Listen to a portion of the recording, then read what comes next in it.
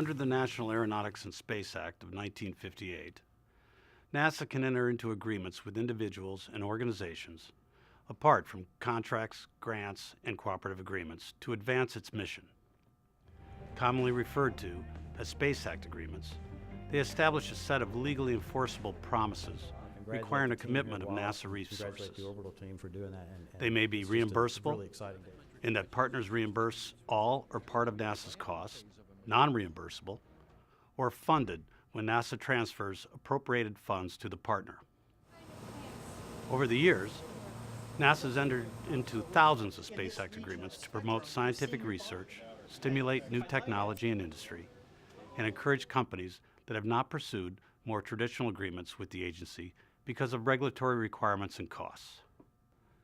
NASA's use of Space Act agreements increased more than 29% between 2008 and 2012, with reimbursable agreements showing the largest growth at 41%.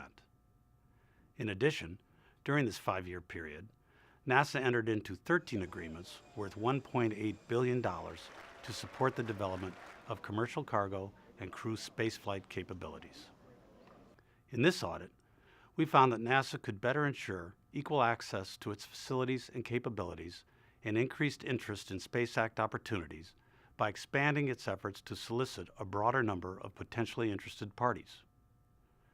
With respect to non-reimbursable agreements, we found that NASA cannot identify the cost it incurred or effectively measure the benefits derived from such agreements. We also found that NASA has unclear guidance regarding when it is appropriate to use Space Act agreements as opposed to leases, and how the agreements must align with NASA's mission.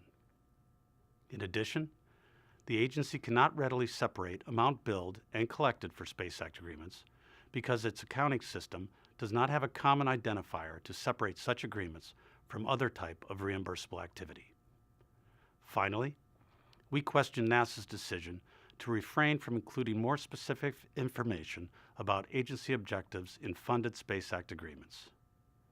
To address these issues, we recommended that NASA increase awareness of Space Act opportunities, clarify when it's appropriate to use such agreements, better account for cost expended supporting non-reimbursable agreements, establish a closeout process to track the cost and benefits of non-reimbursable agreements, and complete its ongoing effort to combine financial and non-financial information in the agency's accounting system.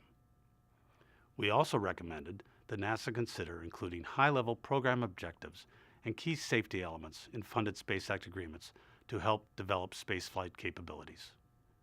In response, NASA agreed to take action to address each of our recommendations. To read the full OIG report, please visit our website at www.oig.nasa.gov.